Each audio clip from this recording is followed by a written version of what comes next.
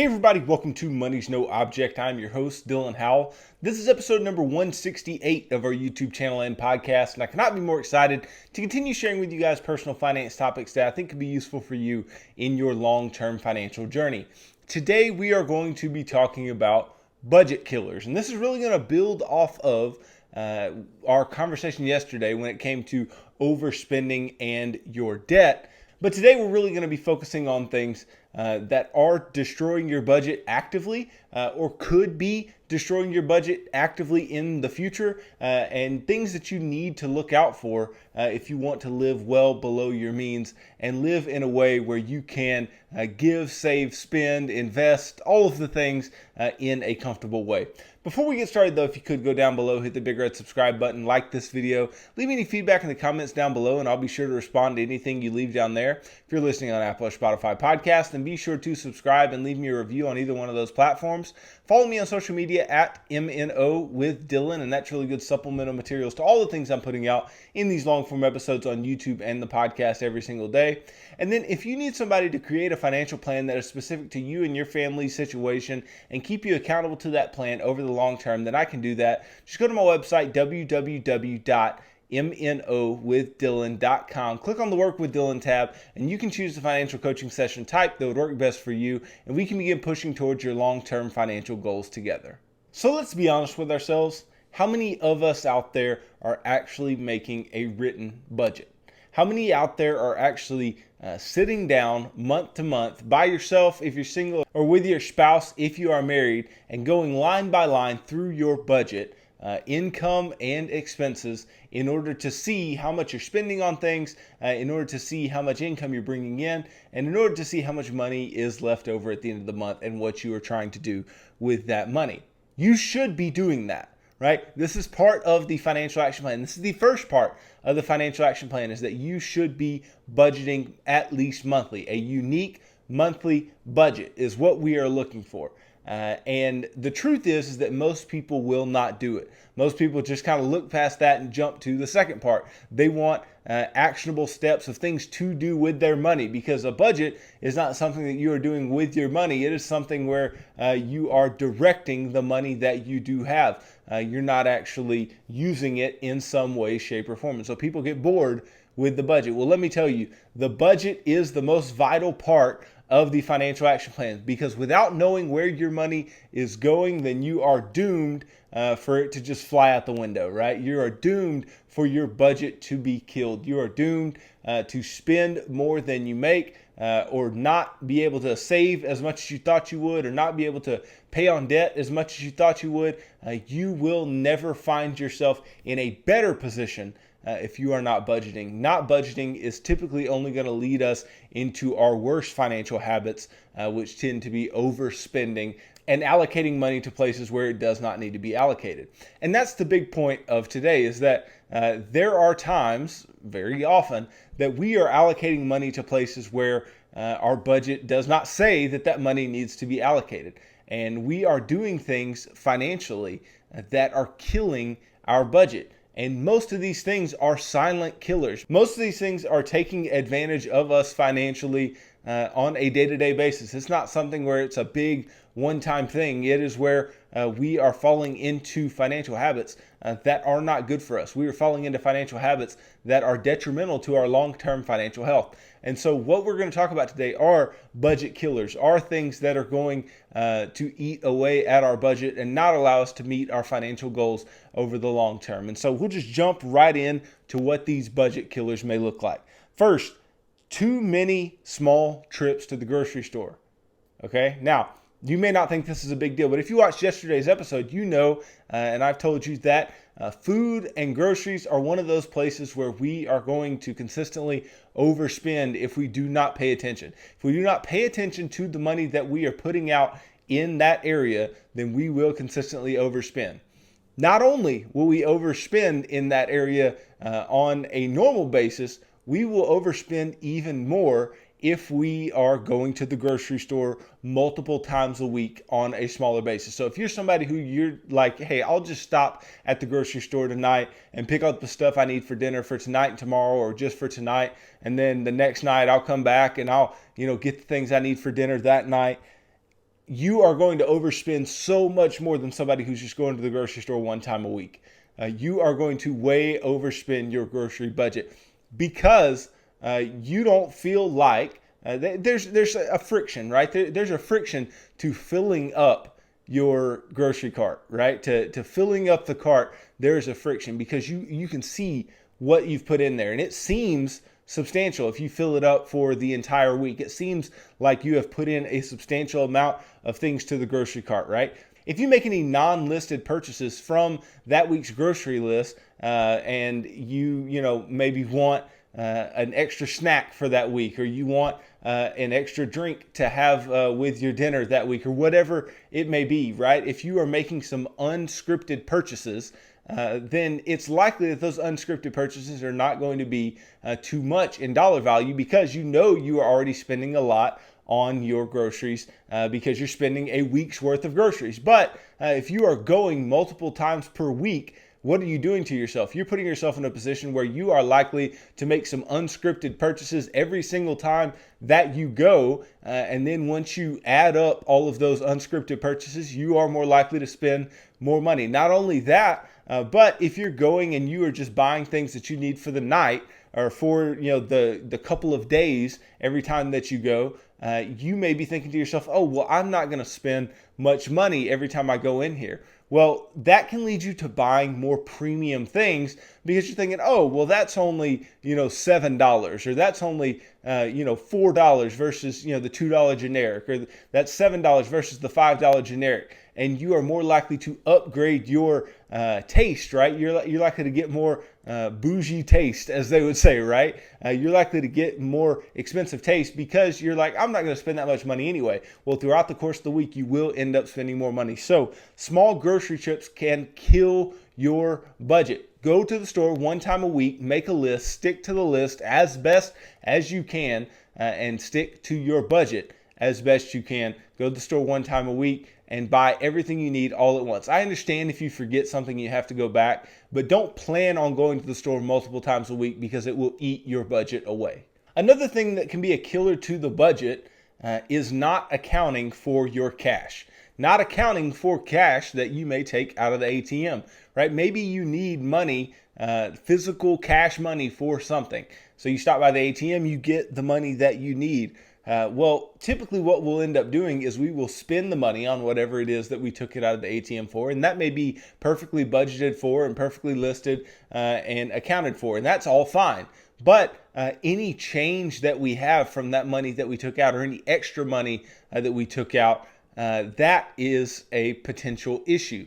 Now, this is not a huge issue if you don't take money out of the ATM very often, but if you are not accounting for the cash that you do take out, and you do take out cash quite often, then you can end up wasting a lot of money by just leaving it for miscellaneous things, or just leaving it in your wallet and not accounting for it, and then it turns into lunch, and then it turns into lunch 3 days over the course of a week instead of bringing your lunch or whatever it may be. So just keeping up with unused cash, keeping up with cash that you take out of the ATM is a big deal, especially if you're somebody who hits the ATM quite often because you have to pay for something in cash. Just make sure you know where the cash is going and account for it. And it shouldn't be too big a deal as far as killing your budget. But if you're somebody who goes to ATM a lot, it can really add up over time. Then, something that is eating away at America's budgets is entitlement, right? We feel entitled to have nice things. We feel entitled to have the newest, nicest clothes. I talked about this yesterday, the newest, nicest shoes. We feel entitled to have everything that is extremely nice and extremely, up to date and the best technology. We need the nicest iPhone, the newest iPhone. We need everything. We need the AirPods. We need all those things, right?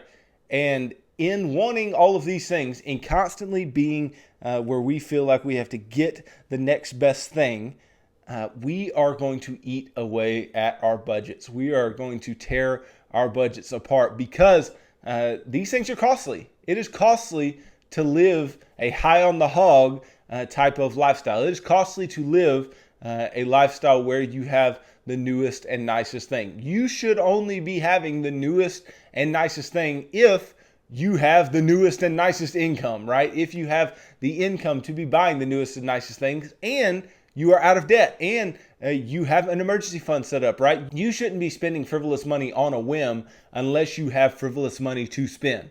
And you do not have frivolous money to spend unless you are in that current financial situation that I just detailed. So feeling entitled to things is really, really tough.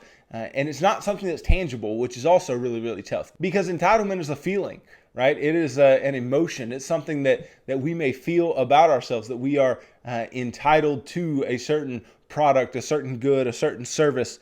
But just because you graduated from college doesn't mean that you're entitled to buy the newest, nicest house, right? Just because you've gotten married doesn't mean that you and your spouse should go out and finance new cars, right? You do not need the newest and nicest everything. You are not entitled to the newest and nicest everything.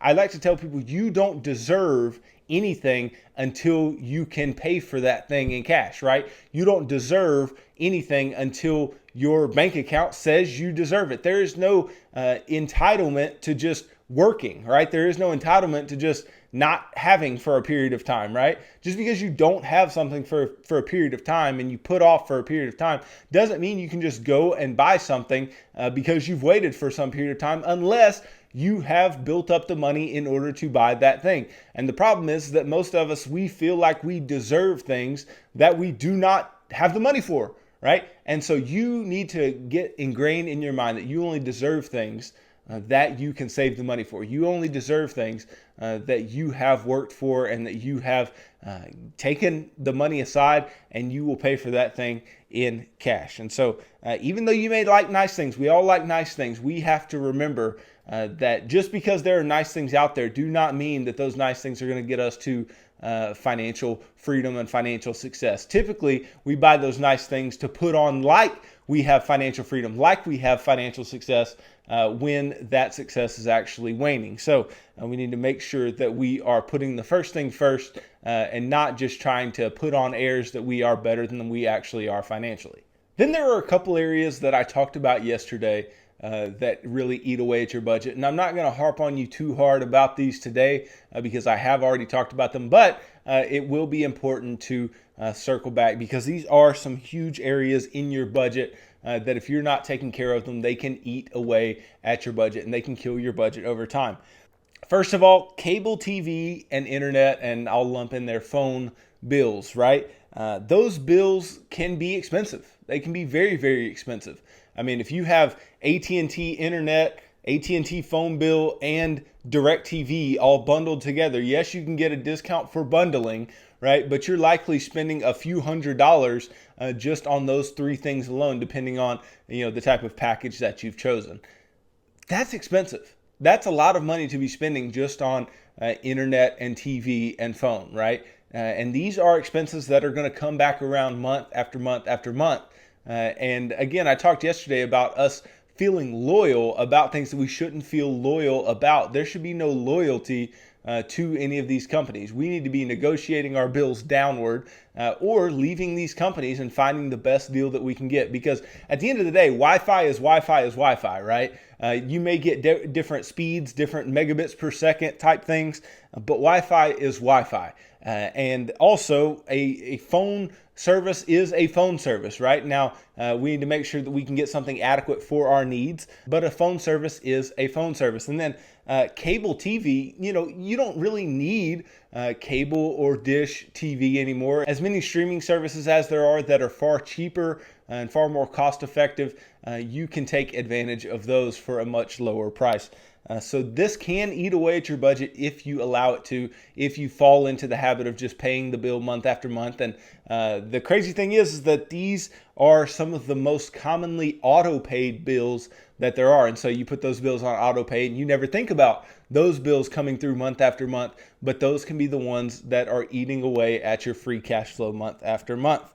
Okay. Then another one, eating out and drinking out. Okay. So if you're somebody who does not like to cook, you need to learn. If you're somebody who is struggling financially and don't know how to cook, you absolutely need to learn, because eating in can save you so much money relative to just about anything else you can do financially.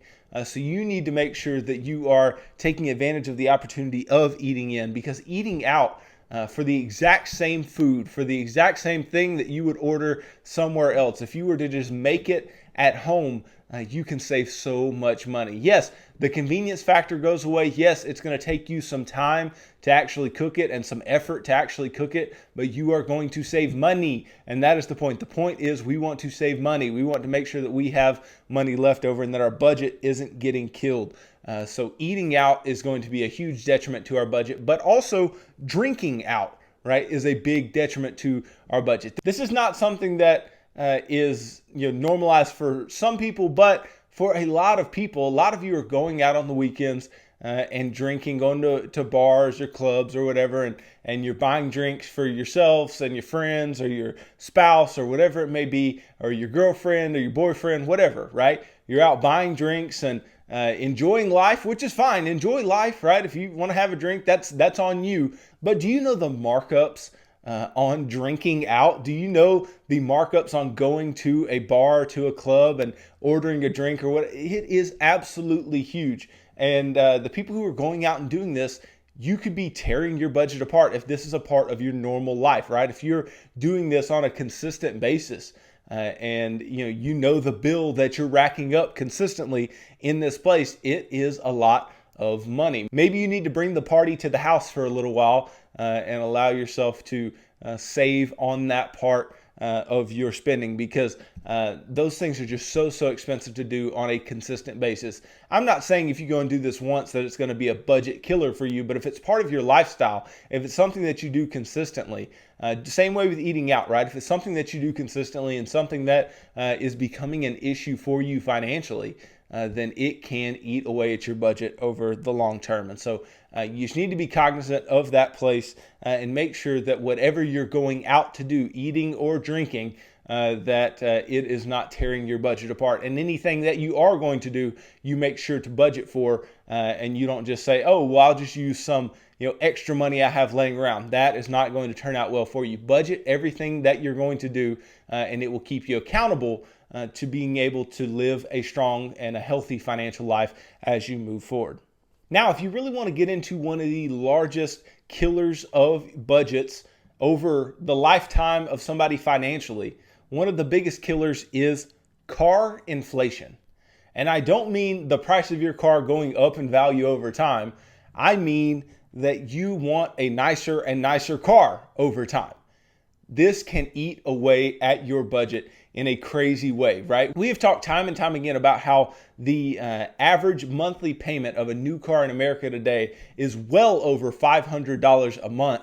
And if you are constantly trying to go for the newest and nicest thing, then you are maintaining a $500 or more a month car payment. And that's assuming that you are at the average for the new car and not above the average for the new car as a monthly payment. And you are constantly going out and you are financing these cars and continuing to have debt in this place where it is eating away at your cash flow. You are financing depreciating assets, and this is going to be a huge killer to your budget over the long term, because for some people, cars are status symbols. For a lot of people, cars are status symbols, and they feel like, oh, I've had this car for 5 years, I need a new one. Or, oh, this car has over 100,000 miles, I need a new one.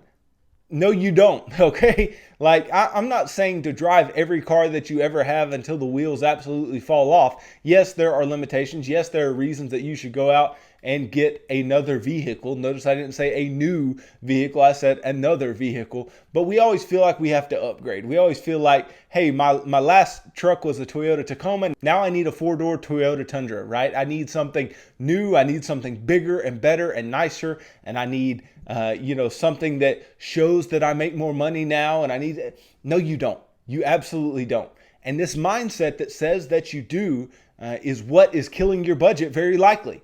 Things that can kill your budget the most are these larger expenses that are going to keep coming around time and time and time again, like a car payment, right? And these things that are ingrained in your mind as status symbols, these things that are ingrained in your mind that say, I need it, I need it, I need it. This is normal, this is normal, this is normal. And if you can keep telling yourself that, then you are going to keep having your budget busted month after month after month and year after year. And that is not what I want for you. I want you to drive something nice. I want you to drive something that you enjoy and something that's reliable. But I want you to be paying cash for whatever that is. Because we have talked before, there is no sense in financing a depreciating asset. And if you are putting payments on a car, especially a new car, then you are doing the epitome of financing a depreciating asset. And so I don't want you to do that. It's not to say that people should not have nice cars. I think you should buy a nice car if you can afford it. And I think it should be reasonable relative to your income, relative to your net worth if you are buying a nice new car. But for most people, and we've talked about this before, most people do not need to own new cars, right? You can find very affordable used cars that you can go buy in cash that have had the big bulk of the depreciation already knocked off of them in the first place. And so you don't have to worry about whatever you have going down in value so much. And you're not financing it, so you're going to get to maintain a lot of the value and not overspend on whatever it is as you move forward. So car inflation, something that can really, really kill your budget. Let's not let it. Another budget killer that is it's a slow killer, and it goes with something that we talked about earlier. We talked about going to the grocery store only once a week. Well, you also need to make sure that whatever you are buying at the grocery store, you are actually using throughout the course of the week. You are actually using it to make your meals. You are actually using it to eat lunch or to eat breakfast or whatever it may be. Because a huge issue is expired food. A huge issue is buying things that end up not getting eaten and then just sit in your kitchen and end up expiring. Right? The National Resources Defense Council says that 40% of food in the U.S. gets tossed in the trash, and Americans waste $165 billion a year on uneaten groceries. This is a ton of money. And if you break it down into your specific budget, it can be a substantial amount of money. On average, just by buying things that you are actually going to eat and not allowing your food to expire, you can save up to $529 per year if you only buy things that you are actually going to use that week when you go to the grocery store. And so $529 can be a lot of things, right? It can be a big push towards the debt that you have. It can be a big help towards saving money to an emergency fund. It can be $529 more that you're able to invest. It can be $529 more that you can give, or $529 more that you can go and do what you want to do with, right? But it can be a substantial thing. But like I said, it is a slow fade. Because again, we're going to the store every single week. $529 per year, that's saying about $10 per week, right? And you may not realize $10 per week, but $10 a week can be substantial over the course of a year. So just be cognizant of that, because it can be a slow fade and it can eat away at your budget. This next thing that I want to talk about, I alluded to a bit yesterday, and I really want you guys to hear me here. Monthly subscriptions in any form that they come in, right? Whether it's a gym membership, a streaming service, some type of club that you're a part of, right? These things can be budget killers if you add them up, right? It's one thing to spend, $8, $10, $11 on Netflix or Disney Plus or whatever it may be, but it is a whole nother thing to be doing that 12 times throughout the course of a month to 12 different subscription services, right? It is a whole nother thing to be subscribing to things that is not necessary to have a subscription for. So you need to reevaluate your subscriptions. You need to reevaluate your gym memberships. Are you going to the gym? Are you going to the gym enough to, need to have that membership to an expensive gym? Or maybe you can deal with Planet Fitness. Maybe you can deal with a cheaper gym membership. Maybe you can do something to decrease those costs. And so check out your monthly subscriptions, because those are things that are continuously coming back around, and they are going to slowly eat and kill your budget if you allow them to. They don't seem like a lot of money on their own, but as you add it up, it turns into a substantial amount of money every single year. So I don't want you guys to be duped into thinking that, it's only $10 a month. Oh, it's only $8 a month. Oh, it's only $15 a month. Add all those things up and they will become substantial parts of your budget that you have to keep up with over time. And I don't want you to be eaten away at, as far as your budget goes, by things that are so minuscule and seem insignificant. I want you to realize that those things are eating away at your budget, and I want you to cut some of those things out of your life, or at least consolidate them into things that you absolutely need and use, and those that you don't. Because a lot of subscription services you're not even using in many cases. And if you can really just cut it down to the things that you are using and that you are actively taking part in, you can save yourself a lot of money over the course of a month and a year ultimately. And then the last thing is the thing that you hear most about when it comes to killing your budget. And you've heard the example a million times, but it is absolutely true. Seemingly insignificant everyday habits can eat away at your budget. And so things like going to get coffee every morning, things like going out for lunch every single day, things like hitting the vending machine 2 and 3 times a day, things like that, right? As insignificant as they may seem, can turn into a lot of money over time. If we were talking about expired food being a big deal and that being something that could eat away at your budget, and that's just $10 a week, think about how much money you spend on coffee every week. Think about how much money you're spending on lunch every week, right? Probably a lot more than $10. And so let's say you're spending $20 a week on those things. That's over $1,000 a year that you could be doing something else with, right? Brew your coffee at home, pack your lunch, right? Plan for those things. Don't snack with snacks that you didn't take with you to work or that weren't already planned out in your budget. Little everyday habits, right? Habitual things can really eat away at your budget, and we do not want them to be things that end up holding you back over the long term, because ultimately little things add up. If there's one thing I want you to take from today, it's this: little things do add up, but big things also can tear down our financial lives quickly, right? So there are little things that we do need to be paying attention to. Subscription services, these everyday habits, food that we are overbuying at the grocery store and food goes bad. So those little things, but there's also the big things like the phone bills, like the TV bills, like having to need a new car all the time, or having to need the newest and nicest iPhone or clothes or shoes or whatever it may be, right? The little things can eat away at our budgets, but the big things can do it extremely quickly. Both need to be taken into account. Both need to be paid attention to, and you need to be trying, especially if you are in a part of the financial action plan where you're paying off debt, trying to build emergency funds, things like that.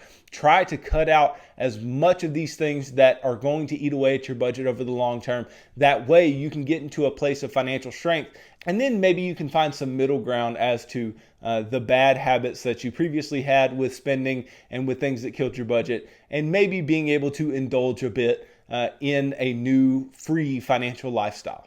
Thanks for watching this video. If you could go down below, hit the big red subscribe button, like this video, leave me any feedback in the comments down below, and I'll be sure to respond to anything you leave down there. If you're listening on Apple or Spotify podcast, then be sure to subscribe and leave me a review on either one of those platforms. Follow me on social media at MNO with Dylan, and that's really good supplemental materials to all the things I'm putting out in these long form episodes on YouTube and the podcast every single day.